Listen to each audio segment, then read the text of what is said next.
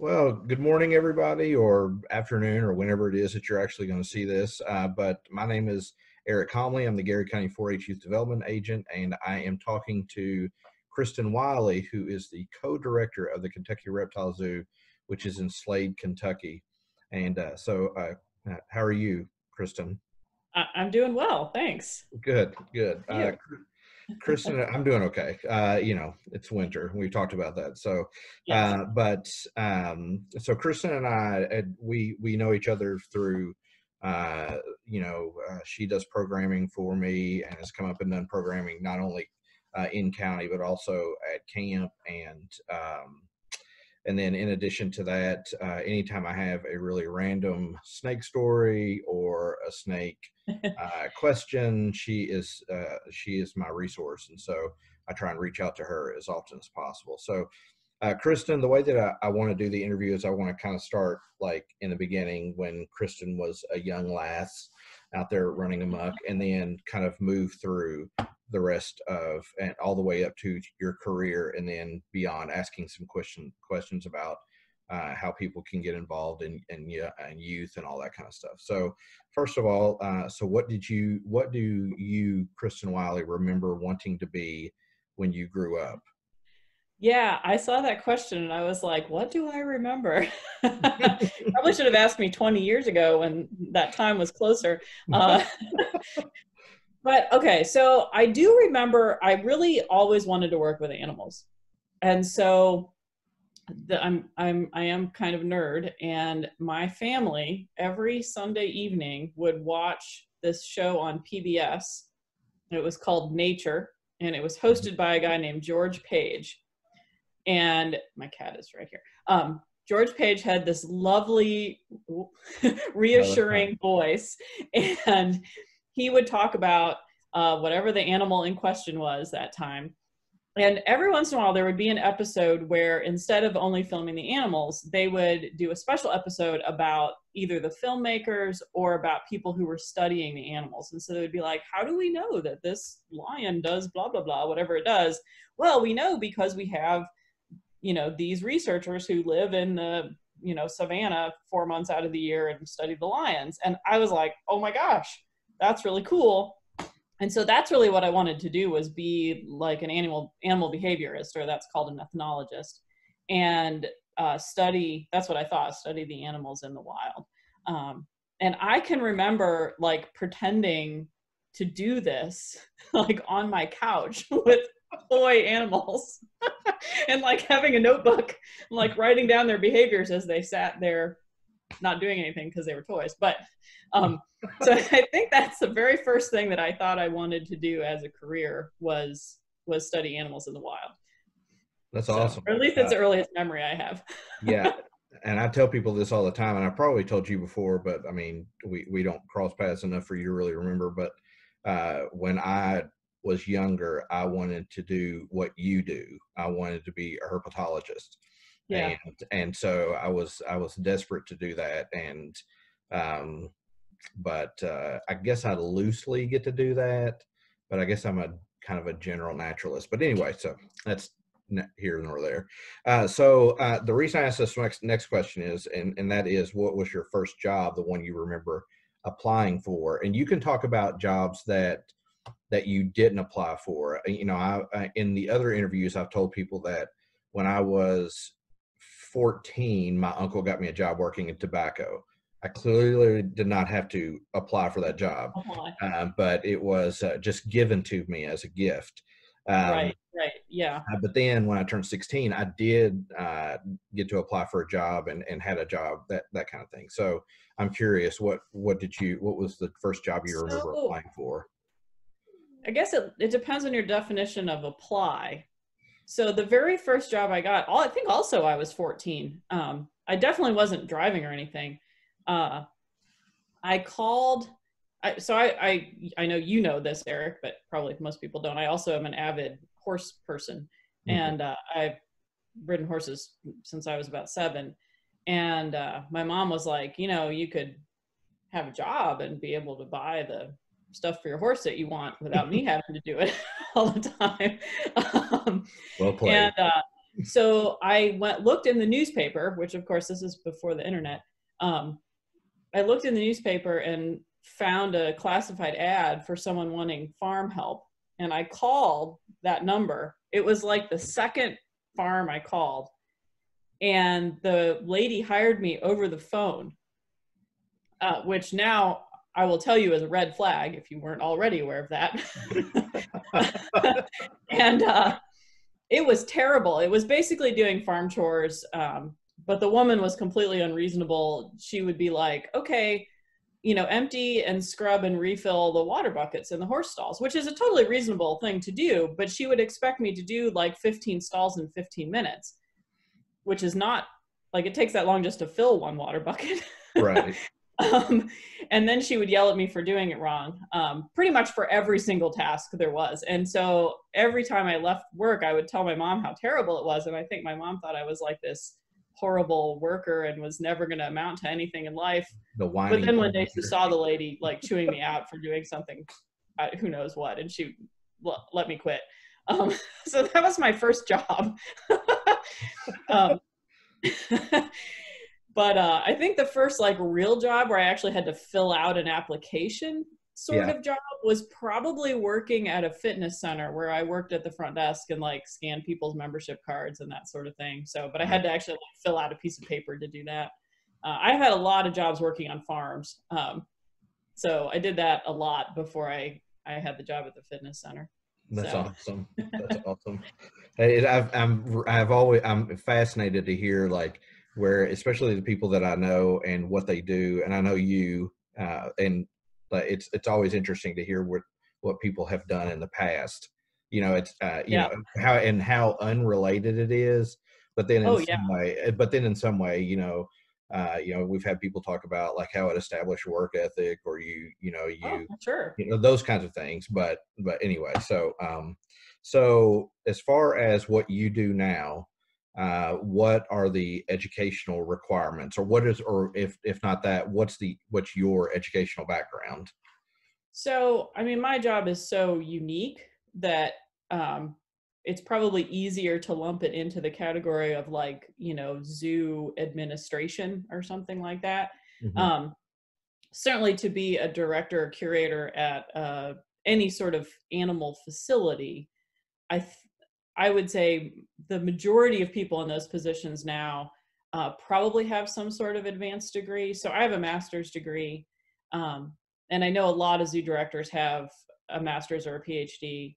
There are still some that have a bachelor's only, but I think probably, to do that sort of leadership role, most zoos and nowadays are looking for someone who either has really extensive experience or has an advanced degree, or a lot of times both. Certainly just to work in a zoo, in animal care, that sort of thing, you're looking at a bachelor's degree, typically in biology or zoology or some sort of closely related field. Like, I know a lot of people who work with primates actually have psychology degrees, because there's a lot of crossover there between primate biology and human biology, since we are primates. So it sort of depends on the specific situation.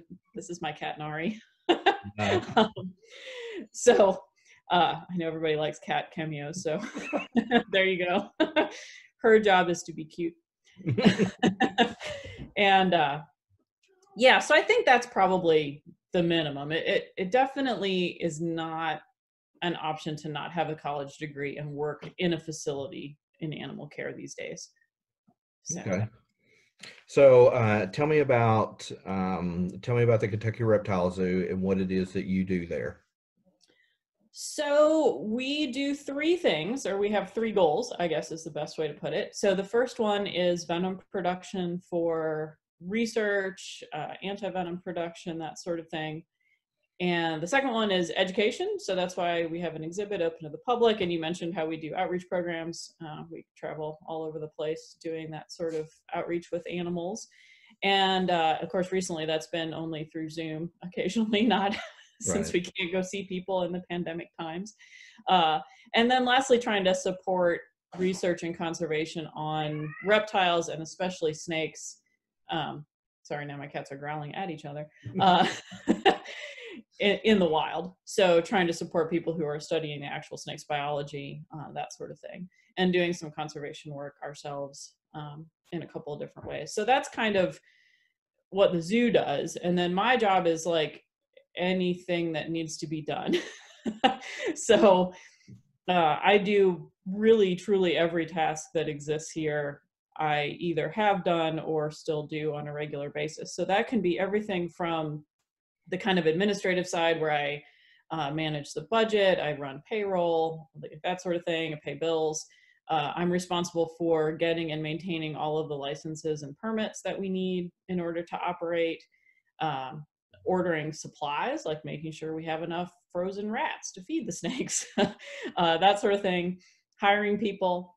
And then I also do a lot of animal care, so cleaning, cages out, feeding things, doing minor veterinary things, or coordinating with our vet for larger things that might need to be done.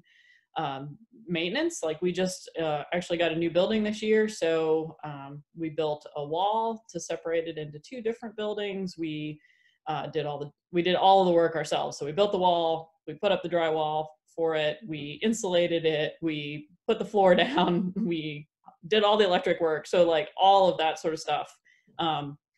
Like I had help, our employees did it, but like I installed the sub panels, for example, like all of that sort of thing. Right. And then, yeah, I do education stuff. So I get to go see people like Eric and bring animals to show people. I really enjoy doing that sort of thing. I miss being able to do it now. And then also just like if we don't have people to do it, then I've got to do anything that needs to be done. So sometimes I wash tubs outside, or I mow the grass, or I sweep the floors, or I take care of the rodent colony. Like literally everything that needs to be done here ultimately falls to only a couple of people, and I'm one of those people. So if it doesn't get done for any other reason, someone's sick or whatever, then I have to do it. Right.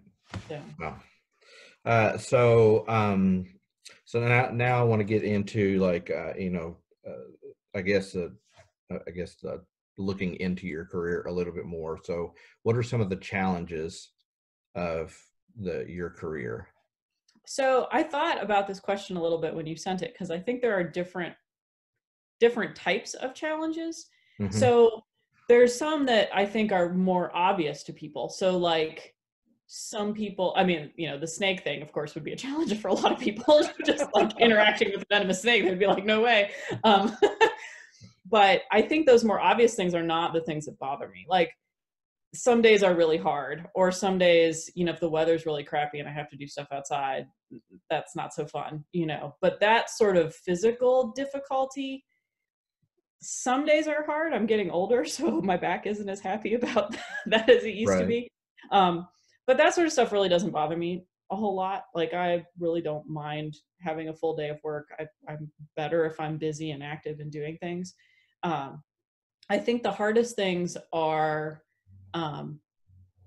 longer term difficulties. So stuff like I was saying, if things don't get done, I'm the one that has to do them. Well, sometimes there's been years where, for whatever reason, we didn't have enough staff, or we'd had a gap in time between having enough people to help us. And I worked 7 days a week for a long period of time. And I really, nowadays I tend to take like more partial days instead of having a whole day off. It's really challenging for me to have a whole day off. But I think that kind of personal time and having that balance between, your work life and your personal life is really a hard thing for someone with my kind of career, because I'm so invested in the zoo. I care so much about it. But you have to have some personal time too, or some other interest outside of work. And so I think finding that balance and that way to not feel guilty if I didn't do a zoo thing that exact moment or that exact day, that's been hard for me to figure out long term. And then the other thing I think is one of the hardest things about working here is having, I would say 2 more things. One is having access to good quality professional help can be challenging where we're located. So the reason that I installed the sub panels in those buildings is because it would probably take 2 to 3 months for me to get an electrician to come here. And we can't wait for it. So we have to do it. So I've learned I had some carpentry skills when I came, but I've learned plumbing and electric and stuff myself, because otherwise it's just so impractical to have anybody come to do it that, I've just kind of had to learn how to do it. And I say that that's partially location, but I think that's really true of many people in animal care, that a lot of times it can be difficult to have someone show up. And if it's a thing where the animal needs, their water filtration system to work, or they need their heat to work or whatever, it can't wait. Like, you can't wait for someone else to come and do it. It has to be taken care of right then, because the animal's life or health is at stake. And so that's a common thing. And so having those skills, or the ability to pick up the skills, thankfully I can learn how to do it. Right. Like that's a difficult thing. And then the other thing I would say is the human management side of things. A lot of people work with animals because they don't like people as much, or maybe they're just not as good at working with people as much. And so, the fact that I manage, the employees and the interns and stuff, I've really had to learn a lot independently about how best to do that. And I try to be a good boss to people, because I don't see the point in trying to be a jerk. But I really feel like that's something that has been hard for me to do, just because it's not my forte and not what I was originally interested in. And so I've had to really learn a lot about that. And, how do you deal with it when someone makes a big mistake? And, what's the process for addressing it and making sure that it doesn't happen again, and that sort of stuff, and doing it in a way that's supportive to the person so that they can go on and become better for it, but still addresses that it was a problem to begin with. So, that sort of stuff's been a big learning curve for me too, I think. Yeah. So what about the joys of your career? Okay, so definitely getting to work with cool animals is right up there. So it's really fun when you have an animal that maybe was struggling a little bit, or a baby animal that didn't eat what you wanted it to eat, or that sort of thing, but then you kind of work with it for a while and you get it to do better. That's absolutely, a great thrill, and really, rewarding, in addition to being fun. Definitely doing the programs is fun, talking to kids and or people who are young at heart also sometimes. And, hearing the comments and questions that people have, and the way that they think about things that's different than how I think about it, is fun to hear. So those things for sure. Definitely, I think with people who care for animals, there's some sort of joy we get out of the animal being happy and satisfied. And so, having that feeling is definitely a real reward. So, and people can appreciate that if they, here's another cat, if they have a pet, and you give your pet a treat, or you're petting your cat or your dog and they curl up next to you or whatever. Like, obviously a snake doesn't respond in that same way, but seeing a snake, sitting in the little perch that I made for it, I could get that same feeling. Or, seeing it eat the food that I, specifically did some special thing to make it seem appetizing, Right. I definitely have that feeling, with them, the same as I get from our cats, and enjoying, seeing them have a nice life. It's definitely the same thing for the Yeah. snakes too, even though they don't reciprocate as much. Yeah. Yeah, that's amazing to hear the differences and the challenges and the joys. And so I know that there's a lot more. I mean, you could probably go on and on about some of the things that, just the value of the work that you do too. I mean, that, not to, pump up your head or anything like that, but I think but I think the value of the work that you do, as I think I think that's a challenge, because everybody, at least, I won't say everybody, a lot of people have this innate fear of reptiles. Oh, sure. Yeah. And so so if it's one small thing where you can say to a kid or to an adult that, what you're hearing is not true, this is the way that it really is. And then that clicks in them that, oh, really? Oh, that's Yeah.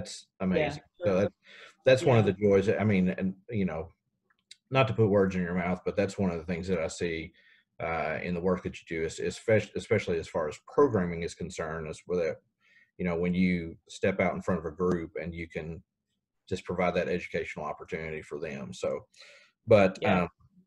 so It's go ahead. that's definitely no, that's definitely true. I think that I've had both challenge and joy from programs, because to some degree, what you're saying when someone says, "Oh my gosh, I didn't realize this," or, maybe I don't have to kill every snake that I see in my yard, like that sort of thing makes you feel so great. But then at the same time, it can be frustrating too, because, I've been doing programs for 20 years now, and I still get the same comments from people.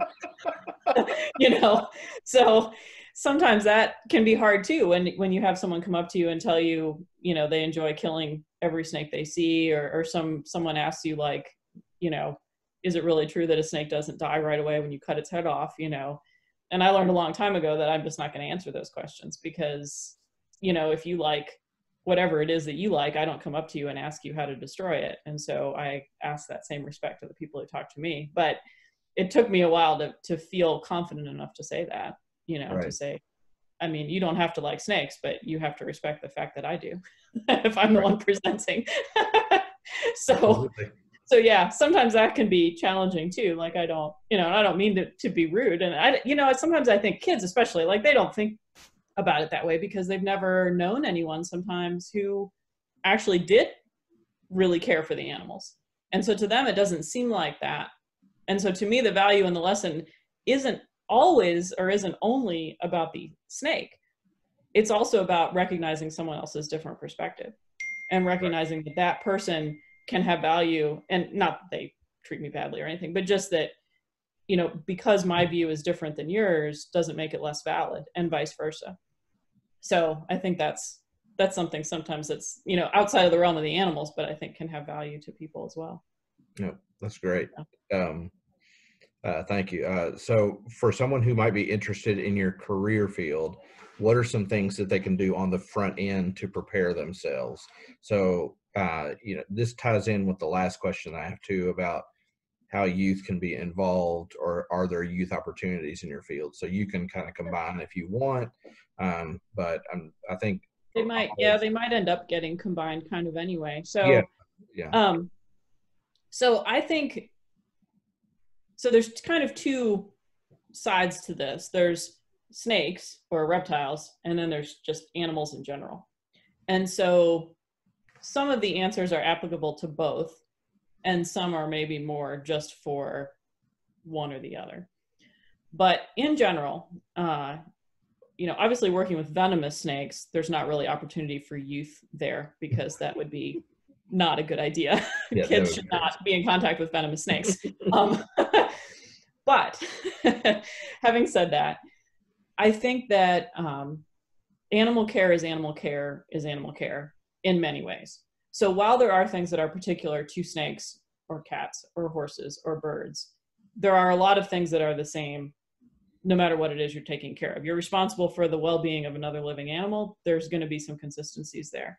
And so if you can get experience taking care of any sort of animal as a high school job or whatever, a lot of that way of thinking and way of applying thinking about care is exactly the same no matter what the animal is. So a lot of what I learned in caring for horses and being safe around this large animal is directly applicable to working with venomous snakes. It might not be the same actual technique to not get kicked versus not get bit, say, but a lot of the process of knowing where your body position is, watching the animal's behavior, watching their body language, that those rules are the same.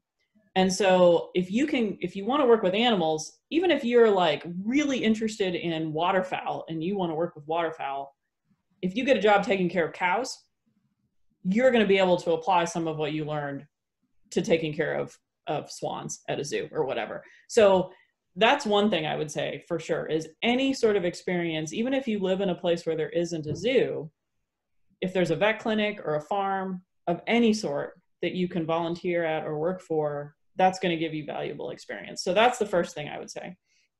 The second thing is, if you're interested in animal care, then you need to be able to do some hard physical work and not have that scare you away. And so any job that you can have, if I get an intern application and I see that the person has zero animal experience, but they worked for a landscaping company or they did roofing or something like that, I hire that person right away because I know they know what work is and they're going to be able to have a good work ethic and do whatever we need to be done. And I can teach them the animal stuff.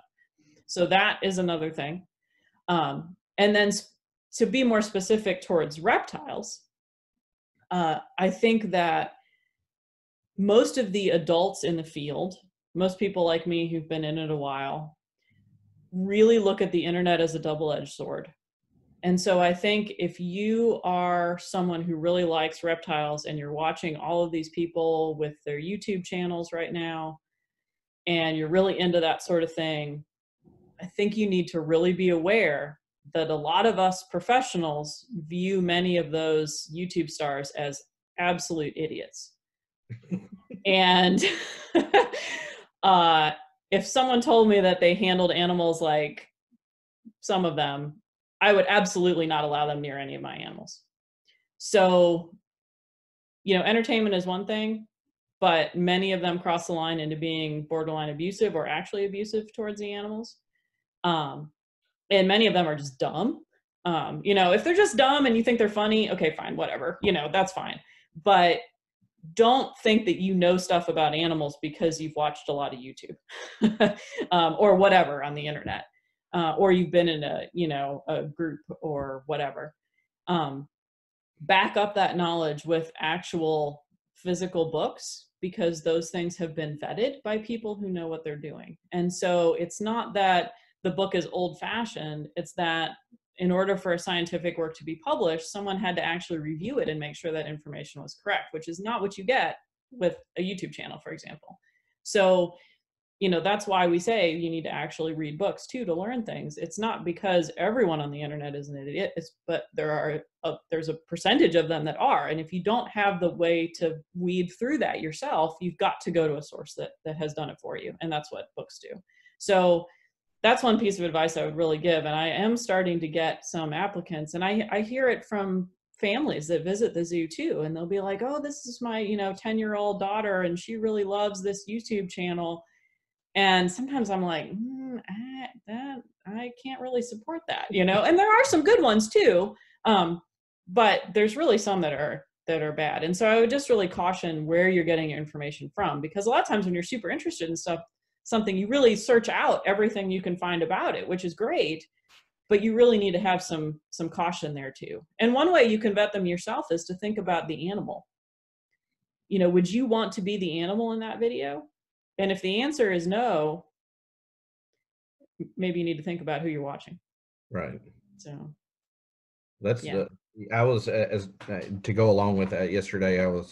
We were talking about, of course, I was telling them that, I wanted to study snakes when I was a kid, and that the first field guide that I remember, I can remember as young as I can remember, I wanted to be a herpetologist, and I got a golden guide, North American snakes, and it was like lime green.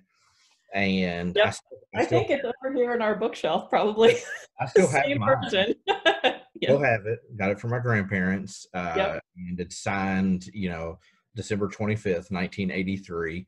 That's awesome. From my grandparents. And I still look at it all the time. I know that probably not necessarily the information, but maybe some of the names have changed as far as But as far as the information is concerned, I'm sure that everything that I look at, in regards to, some of the basic biology of snakes and some of that kind of stuff, that's not going to change. And so, I would concur with what you said about books, that I strongly encourage books over the convenience of internet.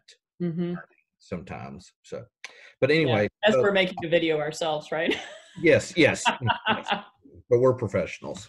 Right. We can't. We're exempt from that rule.